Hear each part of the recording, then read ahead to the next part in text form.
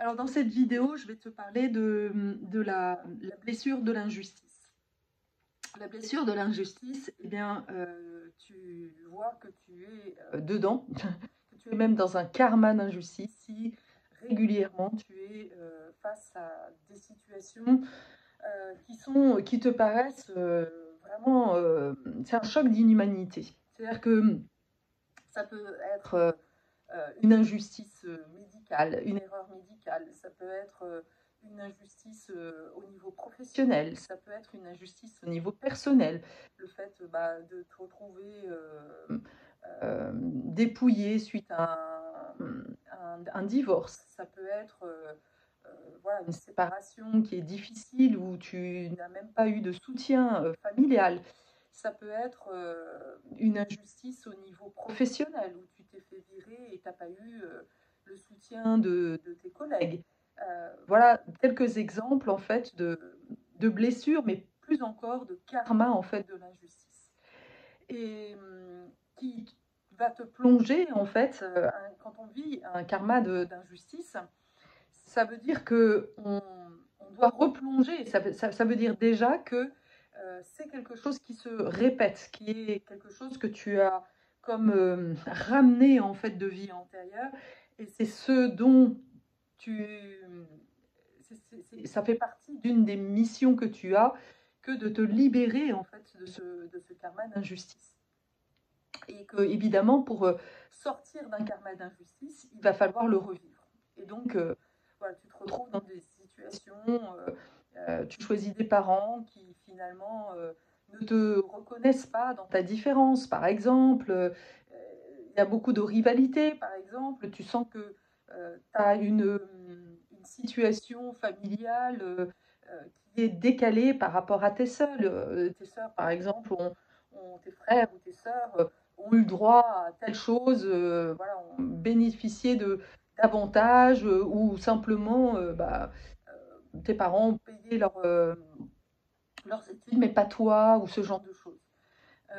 Et donc ça va forcément te plonger dans un espèce de résignation, de dépression aussi, parce qu'il faut bien comprendre que de vivre en fait des situations comme ça où tu n'as plus aucun soutien. C'est comme si la vision du monde que tu es en train de vivre, d'expérimenter, euh, te montre que tu peux compter sur personne en fait. Et c'est vraiment hyper douloureux parce que euh, bah, tu n'as plus rien sur qui te reposer en fait. Et souvent, c'est quelque chose que tu as vécu dès l'enfance, c'est-à-dire des parents sur lesquels tu n'as pas pu te reposer. Une mère, par exemple, qui était très autoritaire, ou elle-même dépressive, ou en tous les qui te dévalorisait. J'ai parmi ma clientèle en ce moment une personne qui a une mère qui, sans arrêt, mais qui était hyper toxique en fait, qui quand elle commençait à avoir des amis, lui disait non mais toi de toute façon tu peux pas avoir des amis. Quand elle commençait à vouloir faire de la musique en lui disant non mais de toute façon toi tu sauras jamais faire de la musique. Enfin quoi qu'elle faisait en fait, elle avait une mère qui la rabaissait, et c'est vraiment hyper.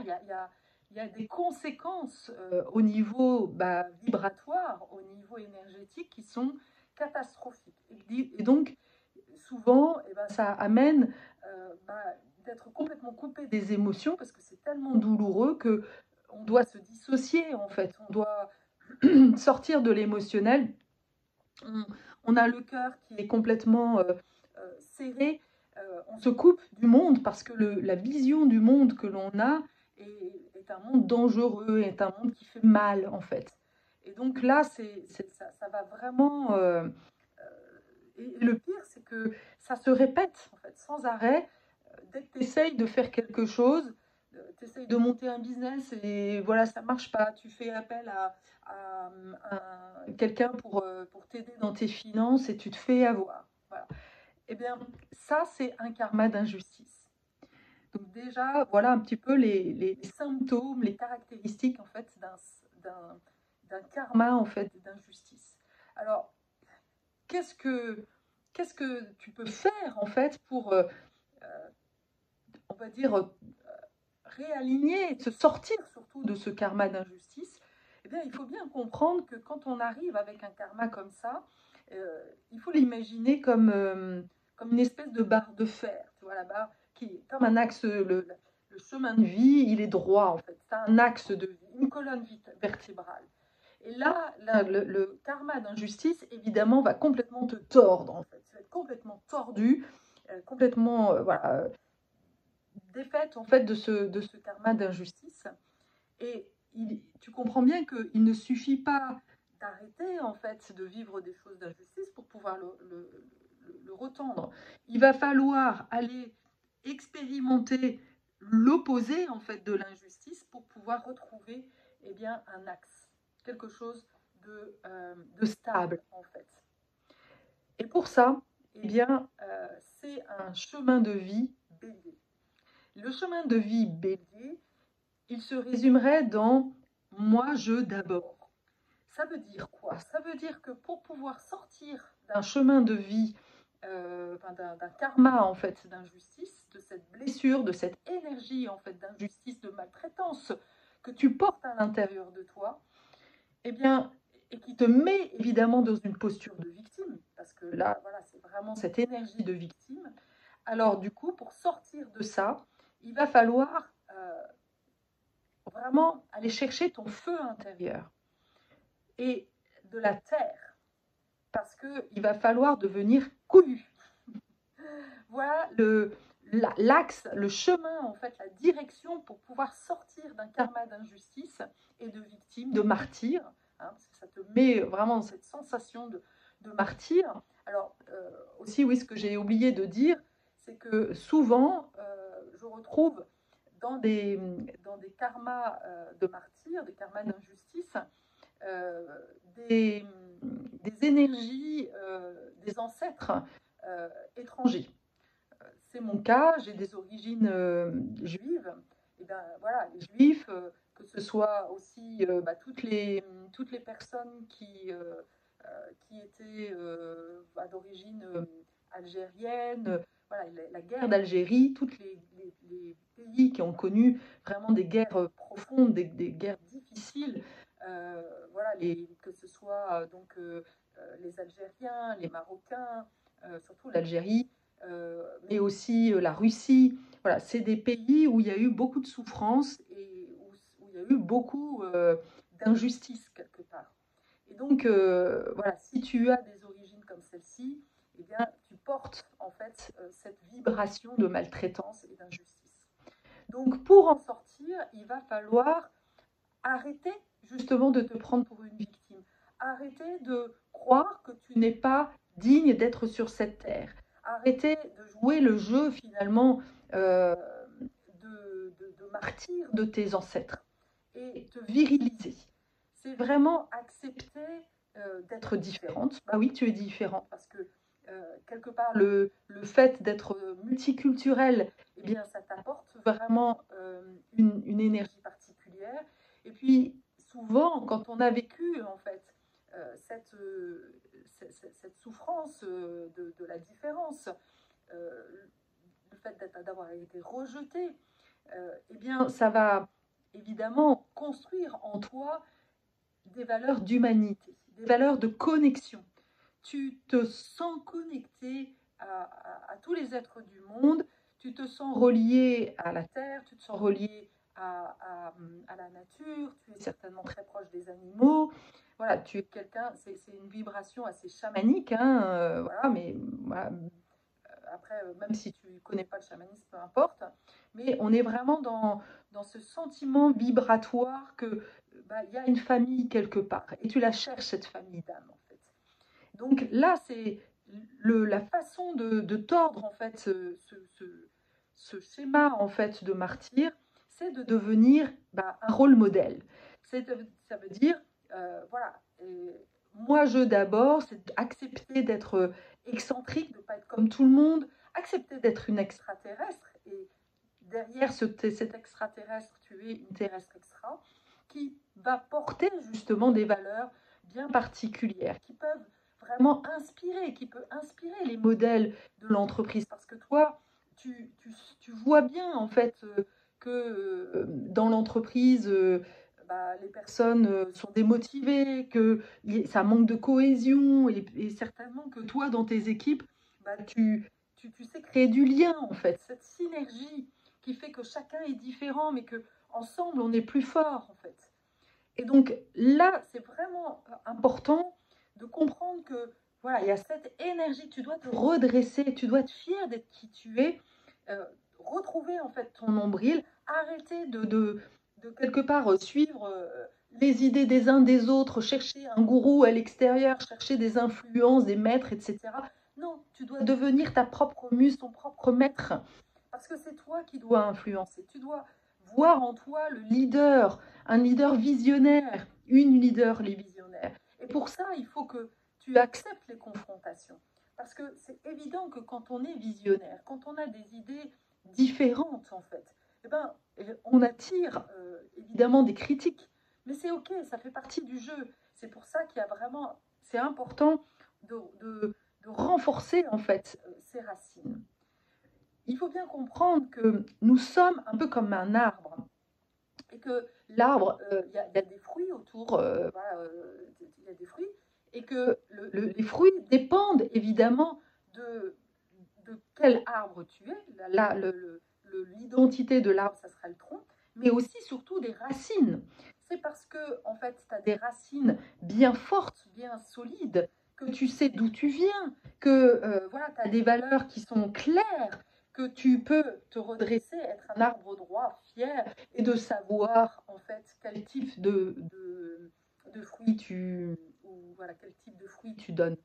Le problème, c'est que si aujourd'hui tu ne sais même pas quel type de fruits tu fais, si tu n'es même pas connecté à tes talents, que tu sais pas, que tu as un manque d'estime en fait, que tu n'as pas conscience de ta valeur, alors il va falloir d'abord commencer en fait à aller travailler sur tes racines. Et les racines, c'est justement ce qui est sous terre, ce qui est inconscient. Alors, dans l'inconscient, on a quoi? On a d'abord la relation aux parents. Est-ce que tes parents t'ont donné une bonne sève? Est-ce qu'ils t'ont rassuré sur qui tu étais? Est-ce qu'ils t'ont valorisé, soutenu? Ou au contraire dévalorisé, comme ma cliente à qui que l'on a dénigré? Donc ça, c'est déjà les parents. Ensuite, la famille, de manière plus élargie. Est-ce que dans ta fratrie, tu avais l'impression d'avoir une âme groupe? Voilà, est-ce que tu as senti ce plaisir d'être intégré, d'être soutenu, en fait, de faire partie, en fait, de ta famille? Alors, très souvent, de manière... on s'est tellement suradapté que oui, oui, je fais partie de la famille, il n'y a pas de souci, j'ai une bonne famille. Mais est-ce que quand tu étais toi-même, est-ce qu'on t'a valorisé en fait pour qui tu étais, ou est-ce qu'il a fallu que toi te tordes et que tu fasses ce que les autres attendaient de toi pour être intégré? Quel chemin as-tu dû parcourir? Quel effort tu devais faire pour pouvoir être intégré? Donc c'est déjà tout ça que tu vas trouver dans tes racines. Et puis l'inconscient collectif, c'est-à-dire selon le pays dans lequel tu es, et puis encore une fois, même au niveau culturel, au niveau de l'éducation, il y avait des idées reçues. Euh, dans quel modèle en fait tu as grandi? Moi, par exemple, j'ai grandi dans un modèle où il fallait apprendre par cœur, où le côté spontané n'était pas du tout valorisé. Et bien voilà, ça c'est un modèle qui moi ne me correspondait pas du tout en fait. Donc j'ai beaucoup souffert. Mais il y en a d'autres, ça va être autre chose. Et il y a aussi les ancêtres, toutes les croyances liées voilà, aux ancêtres, dans les lignées de femmes. Regarde un petit peu tes lignées de femmes. Quel type de femmes c'était? Est-ce que c'était des femmes qui avaient vraiment une place, qui étaient fières d'être qui elles étaient, qui avaient ce plaisir d'incarner qui elles étaient, ou est-ce qu'elles étaient plutôt dans un mode de sacrifice où où elle devait jouer un espèce de rôle de faire valoir, de faire plaisir à tout le monde. Voilà. Est-ce qu'elles acceptaient les confrontations ou au contraire, est-ce qu'elles se soumettaient en fait? Ça, c'est super important de voir, voilà, quel est ton héritage en fait? Que tu sois homme ou femme, c'est intéressant de regarder l'héritage féminin et l'héritage masculin. Quel type d'hommes il y avait dans ta famille? Est-ce que c'était des hommes qui voilà, étaient très égocentriques ou au contraire qui étaient là à ton écoute? Qu'est-ce qu'il a fallu là encore que tu sacrifies pour pouvoir plaire et avoir bénéficié de la présence de ton papa? Voilà, ça c'est vraiment important. Et, euh, et en faisant ça, c'est ça qui va te permettre justement, en renforçant et en faisant le tri justement de tes racines et en te reconnectant à tes valeurs propres, à ton modèle propre, alors du coup, eh bien, ça va renforcer en fait tes fondations, ta terre, ton terreau en fait. Le bassin et aussi au niveau corporel, tout ça c'est le périnée en fait, c'est le premier chakra. Ce qui, s'il n'est pas sécurisé, ce premier chakra, eh bien, le reste en fait est complètement bancal. Et ça, on le voit. Moi, j'ai travaillé dans une société qui développait en fait une sonde de rééducation périnéale qui m'a permis en fait de faire le lien entre le périnée et l'identité en fait. Bah, quand tu as des incontinences, par exemple, à 30 ou 40 ans, comme j'ai pu entendre, hein, c'est clair que ça donne un coup sur l'estime de soi. On n'est pas vraiment fier d'être qui on est quand on se pisse dessus, excuse-moi, mais voilà, il n'y a pas d'autre mot. Donc, et pour ça, pour sortir en fait de ça, il faut se viriliser, se reconnecter à ce corps. Ce que j'ai pu observer aussi en travaillant avec, en interrogeant les femmes qui avaient ces problèmes urinaires, c'est que souvent elles avaient été victimes d'abus, de maltraitance médicale. Elles n'avaient pas été entendues en fait dans leur désir, par exemple, d'accoucher à la maison. Elles ont été maltraitées suite à une IVG ou ce genre de choses. Et donc ça les a blessées en fait vraiment dans leur dignité de femme. Et donc, et à la fois, elles ont vécu ça pour apprendre justement à ne plus se laisser soumettre, ne plus se laisser impressionner par la blouse blanche, par n'importe quelle personne qui donnerait un air de sachant en fait. Non, il n'y a que toi en fait qui puisse prendre tes décisions. Et c'est ça en fait le travail, en fait, le chemin que tu dois emprunter, c'est te responsabiliser, de redevenir autonome, de te choisir, de ne plus dépendre des uns et des autres pour pouvoir dire qui tu es. Voilà. Et puis, travailler aussi sur ton rapport à l'argent, ton rapport aux finances, ton rapport à la comptabilité, si tu es entrepreneuse. Parce qu'on est dans tout ce qui est dans la matière. Et quand on a vécu un karma, quand on a un karma d'injustice, il y a comme une espèce de sensation d'effondrement, en fait. Voilà, au niveau identitaire, c'est effondré, en fait. Il y a quelque chose de cassé. Et donc, ça va faire que un des mécanismes, en fait, pour survivre, eh bien, c'est justement de se couper, en fait, de l'émotionnel et puis comme de s'évaporer, en fait. On va s'échapper dans l'imaginaire, mais on n'est pas vraiment ancré dans ici et maintenant, en fait. Et on fait semblant quelque part. On est un peu un mort-vivant, quoi, tu vois. Donc là, l'idée, c'est non, non, je suis bien vivante et j'assume mes points de vue. Et voilà, je décide vraiment, je crois en mes idées, je défends mes positions, je défends mes valeurs. Et voilà, si tu veux pas m'entendre, et ben tant pis pour toi, quoi. Et en faisant ça, tu vas voir que tu vas rassembler des gens autour de toi. D'ailleurs, tu vas changer de gens, tu vas changer tes amis. Tu vas voir que tu vas attirer à toi d'autres personnes avec lesquelles tu vas pouvoir avoir des échanges beaucoup plus profonds. Et que tu vas voir que ta façon de vivre, ta façon de te positionner va inspirer. Ah oui, toi, tu acceptes, enfin, tu décides de changer. Moi, je vois par exemple, là, je viens de déménager.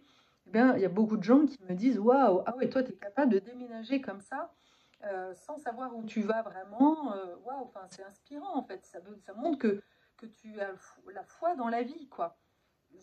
Je suis sortie de ce schéma de j'ai peur de la vie, j'ai peur de vivant et voilà, j'arrête de bouger, quoi. Non, au contraire, je suis pleinement vivante et je profite, je profite de la vie, de tous les plaisirs de la vie. Donc oui, je vis 5 ans à Strasbourg et là, je me dis, voilà, c'est quoi le prochain endroit où j'ai envie de vivre, en fait, de découvrir. Je deviens une passionnée de la vie, je deviens voilà, une gastronome, en fait, de la vie. C'est ça, pour goûter tous les plaisirs, c'est les sens, en fait. C'est les sens, c'est ça aussi qu'il va falloir que tu retrouves le plaisir des sens. Voilà. Et, et pour ça, eh bien, il y a une, une proposition que je peux te faire, c'est de faire un accompagnement avec moi. Parce que tu vas voir que dans les accompagnements que je fais, bah déjà j'incarne ça, je te pousse un peu dans tes retranchements, je te permets d'aller vraiment à la rencontre en fait de tes racines intérieures, de faire sentir, de faire remonter vraiment ce flux de vie, cette énergie vitale en fait à l'intérieur de toi, et de faire l'expérience des expériences transcendantes. J'ai un client là récemment qui était, mais au bout de 3 séances, qui me dit, mais t'es trop bizarre, toi. Je sais pas comment tu fais en fait pour me connecter à des énergies pareilles. Je suis d'habitude quelqu'un qui ne montre pas ses émotions, mais là, c'est pas possible. Et c'est magnifique en fait ce que je ressens en fait. Ça me vibre de partout. Voilà, tout d'un coup, il se sent plus vivant en fait. C'est ça ma proposition. Voilà, donc si ça t'appelle, eh bien, n'hésite pas à me contacter via le formulaire en fait, que tu verras dans cette vidéo. Et puis, bah, quoi qu'il en soit, n'hésite pas à me faire part en fait, de tes commentaires, de comment ça a vibré, est-ce que tu te reconnais dans ce karma d'injustice. Et voilà, pour partager. À très bientôt.